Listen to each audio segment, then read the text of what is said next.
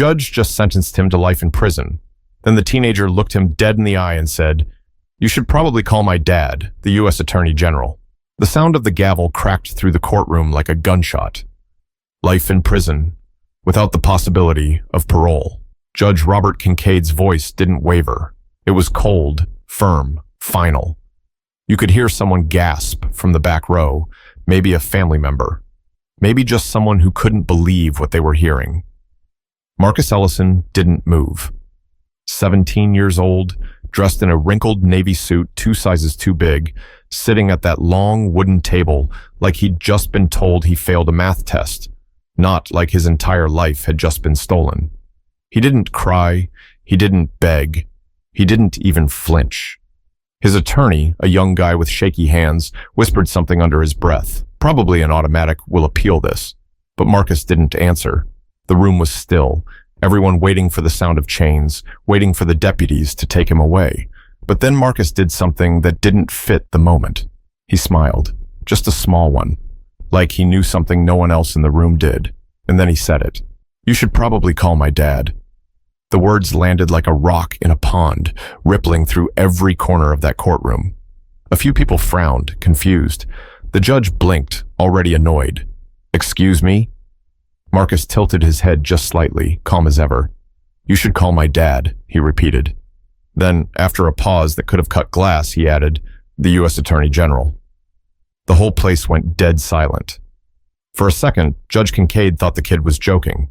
He almost said something sarcastic, until he caught that look in Marcus's eyes. That calm confidence wasn't bluff. That was real. That was dangerous. The judge leaned back in his chair, trying to process what just dropped in his lap. He'd just given the harshest sentence allowed by law to the son of the highest-ranking law enforcement officer in the country. The man who could make or break careers. The man whose phone call could turn a sitting judge into a headline overnight. One of the deputies looked at the other like, "Did we just mess up big time?" The prosecutor shifted uncomfortably. Even the court reporter stopped typing for a split second. And Marcus? He just sat there, hands cuffed, staring straight ahead like the show was just getting started. But how did a 17-year-old kid end up here in the first place? How does someone who grew up in privilege and power land in a courtroom fighting for his life? 2 weeks earlier, Marcus Ellison wasn't sitting in a courtroom. He was sitting on the hood of his friend's car, a beat-up silver Honda Civic parked outside a Sonic drive-in in Little Rock, Arkansas. It was late, almost 10 p.m., but the place was buzzing with high school kids laughing, eating, and playing music way too loud. Marcus had always been different from the rest of them. Sure, he wore sneakers like everybody else, but they were clean, fresh out of the box. His hoodie wasn't just any hoodie. It was a limited edition Nike that cost more than most people's rent. The kid had money, and everyone knew it. What they didn't know, at least not really, was where it came from. "Man, you ever think about how wild it is?" his friend Darius said, sipping on a cherry slush. "Like, your dad being the top dog for the whole country? Bro, that's crazy." Marcus smirked, pulling his hood up. "It's not that serious." "Not that serious?" Darius almost choked, laughing. "Your dad could call one dude and shut this whole city down if he wanted to." Marcus shrugged, kicking at a loose rock on the pavement. "That's his world, not mine." And that was the truth, at least the way Marcus saw it. His dad, Harold Ellison, was the U.S. Attorney General, the most powerful prosecutor in America. But Harold wasn't the type of dad who went to football games or sat on the couch watching TV. He lived in D.C., buried in meetings, headlines, and politics. Marcus lived here with his mom. And yeah, they had money, big house, nice cars, but Marcus never wore his dad's title like a crown. Still, the name carried weight whether he wanted it or not. Teachers treated him differently. Cops gave him a second look. People assumed he had everything. Truth was, Marcus hated it. The whispers, the fake friends, the people who acted like they knew him because they knew his dad's job. That night at Sonic, though, none of that mattered. It was just him and his boys, laughing and talking trash like always. Then Darius brought it up. "You hear about Devin?" Darius asked. "What about him?" "He's been talking crazy, man, saying you've been running your mouth about him." Marcus frowned. "I don't even talk to Devin." "Well, he says you did, and you know how he is. Dude's got an ego bigger than this parking lot." Marcus shook his head, annoyed. Man, I'm not about to start some drama over something I didn't even say. But drama didn't care if you invited it. By the time Marcus left Sonic, his phone was blowing up. Texts, DMs, people tagging him on Instagram stories. Devin had posted something, calling Marcus out by name, talking reckless, making it sound like Marcus was trashing him behind his back. The comments were already piling up. Marcus should have ignored it, logged off, gone home. But he didn't. Instead, he hit reply. Say it to my face. And that's where everything started to spiral. But Marcus had no idea that one angry post would lead to the moment where his entire life would be hanging by a thread. Saturday afternoon, hot sun, beating down on the cracked basketball courts at MacArthur Park. This wasn't Sonic anymore. This was face-to-face. Marcus walked up with Darius and two other friends, his phone in his pocket, buzzing with notifications. Devin was already there, shirt off, chest puffed like he was ready for a fight in front of his crew. People had gathered, maybe 30 kids, some filming on their phones, because why settle an argument in private when the whole internet can watch? Marcus didn't want it to be a big scene. He really didn't. But as soon as Devin saw him, the yelling started. You got something to say now, rich boy? Devin barked, stepping forward. Marcus kept his hands at his sides. I didn't talk about you, man. Stop acting like I did. Oh, you didn't? Then why everybody saying you did? Devin's voice was sharp, slicing through the humid air. His friends hyped him up, egging him on. I don't know, bro. Marcus shot back, voice calm but firm. But it wasn't me. For a second, it looked like maybe that would be the end of it. But then Devin shoved him, hard. The crowd erupted with cheers and screams. Marcus stumbled but didn't swing back, at least not yet. Come on, do something, Devin taunted. Another shove, another round of laughter. Someone yelled, World Star! And that's when Marcus snapped. His fist connected with Devin's jaw so fast, the other boy didn't even see it coming. Devin fell back, but he wasn't down for long. He lunged at Marcus, and suddenly it was chaos. Fists flying, people screaming, phones recording every second. Marcus didn't even feel the first punch that split his lip. He barely registered the blood in his mouth. All he saw was Devin swinging wild, and all he could think was, I'm not going to be the one on the ground. Then came the sound that changed everything. A sickening thud when Devin's head hit the edge of the concrete after Marcus shoved him too hard. The cheering stopped. Someone gasped. Another voice yelled, Yo, he's not moving! Devin lay there, eyes rolled back, blood pooling under his head. Marcus froze, hands trembling, heart slamming against his ribs like it wanted out. He took one step forward, then stopped. Someone screamed, Call 911. A girl cried. Someone else shoved Marcus back, yelling, You're dead, man, you're dead! Minutes later, the sirens wailed in the distance. By the time the cops rolled up, the videos were already online. Marcus didn't resist when they cuffed him. He didn't say a word. At the hospital, doctors said Devin had a fractured skull, swelling on the brain, critical condition. And Marcus? He was booked for aggravated assault. The DA wasted no time upgrading it to attempted murder after Devin slipped into a coma. They held Marcus in juvenile detention for 2 nights. He sat on that hard mattress, staring at the peeling paint on the walls, thinking about how one stupid argument, had blown his life apart.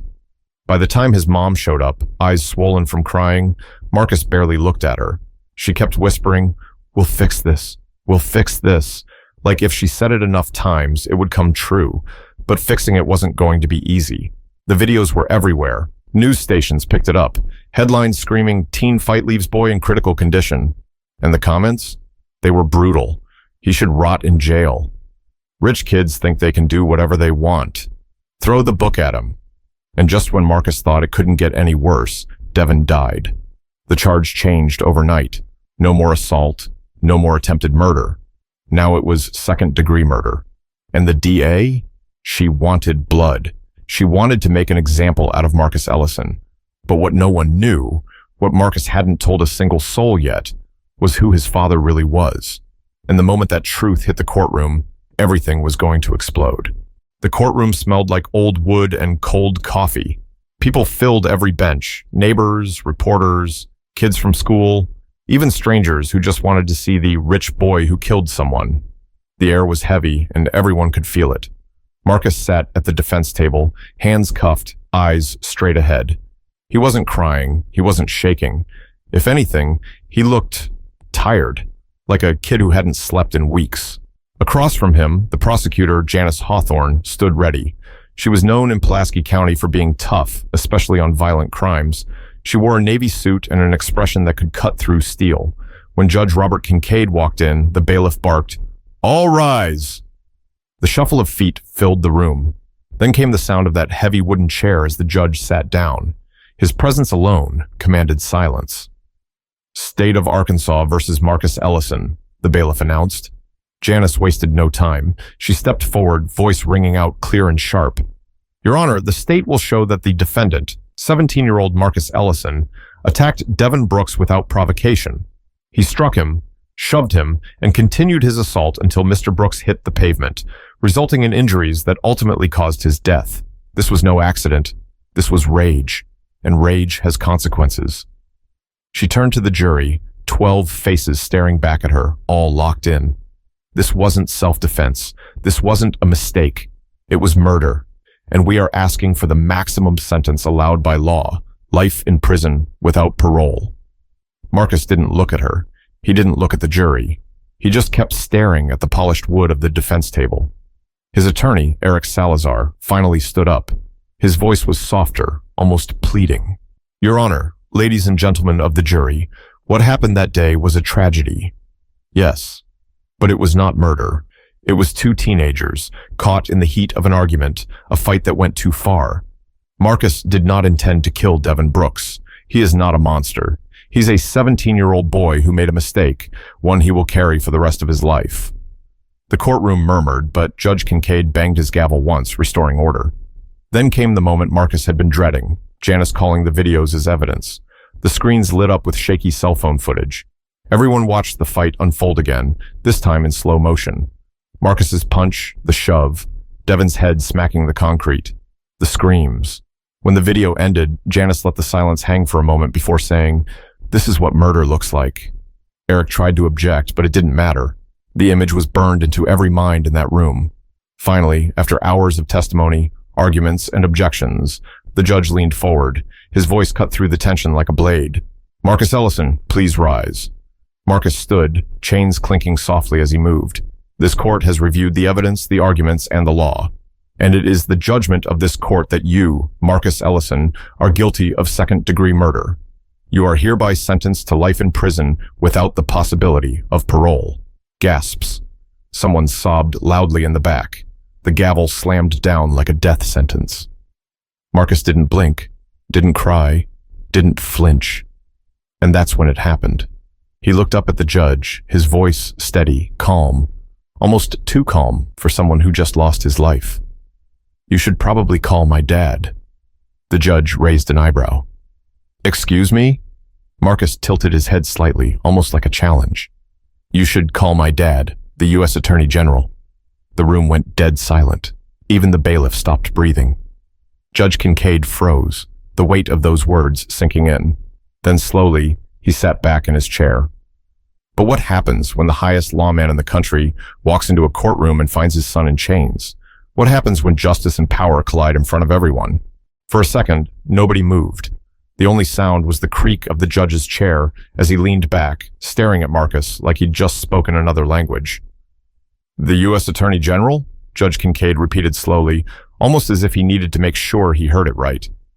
"Yes, sir," Marcus said, calm, clear, no hesitation. The words rolled through the courtroom like thunder. Murmurs broke out instantly, a low buzz that grew louder and louder until it felt like the walls themselves were vibrating. Reporters in the back scrambled for their phones. A few spectators jumped up, trying to catch the moment on video. The judge slammed his gavel. "Order! Order in this courtroom!" But no amount of banging wood could put the genie back in the bottle.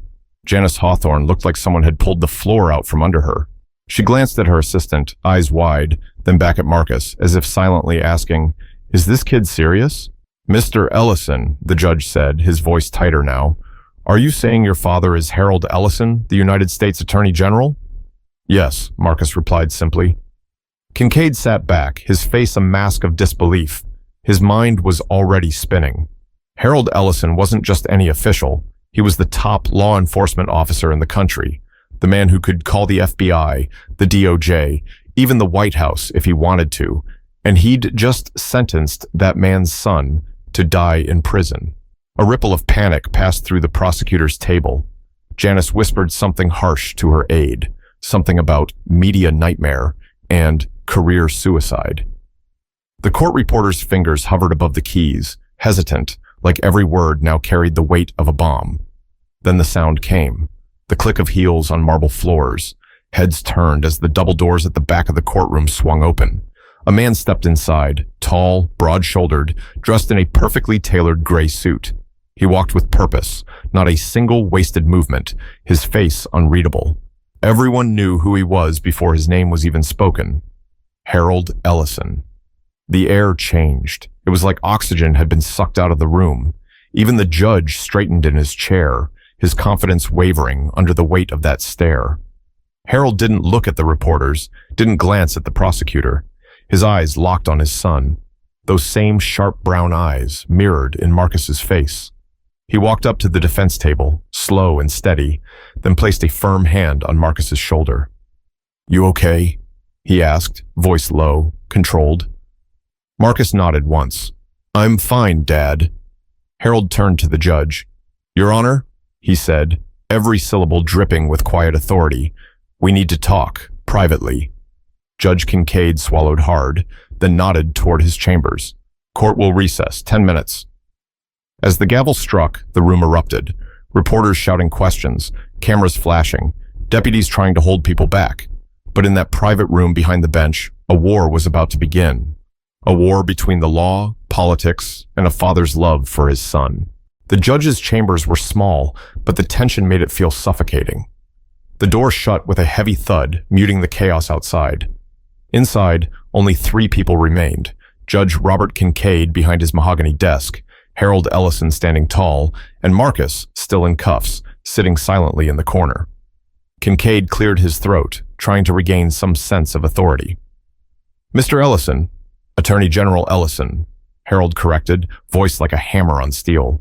He didn't raise his tone, but the words cut clean. The judge paused, jaw tightening. "Attorney General Ellison," he repeated, a flicker of irritation breaking through. "This is highly irregular." "What's irregular," Harold interrupted smoothly, stepping closer, "is that my son just got sentenced to life without parole in what should have been tried as a juvenile case, and from what I've seen, this was handled with reckless speed and political theater." Kincaid bristled. "Sir, the evidence was overwhelming. Your son killed another young man. That is not political theater. That is the law." "The law?" Harold's voice sharpened. "You and I both know the law allows for nuance, discretion, but you didn't use it. You went for the harshest possible sentence on a teenager. Tell me, Judge, why was that? To make an example or to make headlines?" The silence was sharp enough to slice skin. Marcus stared at the floor, his jaw tight, listening to 2 men trade blows without lifting a hand.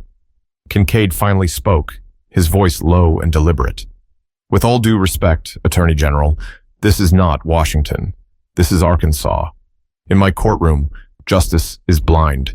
Your son committed a violent crime, and someone is dead because of it." Harold leaned forward, resting both hands on the edge of the desk. His presence filled the room like a storm cloud. "Justice isn't blind, Judge. We both know that.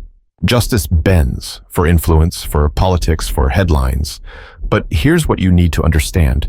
If this stands, if you keep my son buried under that sentence, this case becomes national news by morning. Every outlet in the country will ask why you rushed a trial, why you ignored mitigating circumstances, why you treated a minor like a hardened criminal." Kincaid didn't flinch, but a muscle in his jaw twitched. "Are you threatening me?" "No," Harold said, voice steady, almost calm. "I'm giving you the truth. The system you claim to serve, it's not as pure as you pretend it is. You know it. I know it. And the cameras outside that door, they're about to know it too." Marcus finally spoke, his voice cracking just enough to remind everyone he was still just a kid. "Dad, stop." Harold turned to him, his hard edges softening for a fraction of a second. "Marcus, you don't deserve to spend your life in a cell for one mistake." "One mistake," Kincaid's voice spiked. That mistake killed another boy. And he'll carry that for the rest of his life, Harold shot back. But prison won't fix that. You think caging him fixes what happened? Or does it just make everyone else feel better? The room went still again. Outside, the noise swelled, reporters yelling, cameras flashing, people chanting for justice, for fairness, for blood.